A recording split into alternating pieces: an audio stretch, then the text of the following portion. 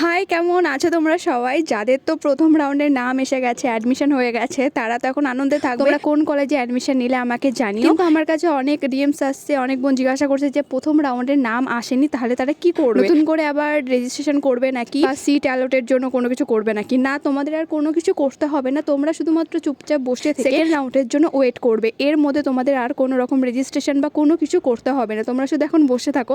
তাছাড়া এখন তোমাদের কোনো কাজ নেই। আর একটা ভীষণ কমন কোশ্চেন, যে কলেজে সিট অ্যালটমেন্ট হয়েছে সেই কলেজটা নাকি তারা চায় না, অন্য কলেজ চাই, তো তারা কি আপগ্রেশন করাতে পারবে? দেখো, যে কলেজটা তুমি পেয়েছো সেটা যদি তোমার ফার্স্ট চয়েস মানে 1 নম্বর চয়েস না হয়, তবেই তুমি আপগ্রেশন ইয়েস করাতে পারবে। আর তুমি যদি চয়েস ফিলিং এর 1 নম্বর কলেজটা পেয়ে যাও, তাহলে আপগ্রেশন ইয়েস করাতে পারবে না। আর আপগ্রেশন করলে তুমি অন্য জায়গায় সিট পাবে। আর যদি না পাও, যে জায়গায় তুমি প্রথম রাউন্ডে সিট পেয়েছে যে কলেজে, সেটাই তোমার থাকবে। তোমাকে আবার পুনরায় সেই কলেজে অ্যাডমিশন নিতে হবে, যদি না তুমি সেকেন্ড রাউন্ড বা থার্ড রাউন্ডে অন্য কোনো কলেজ না পাও।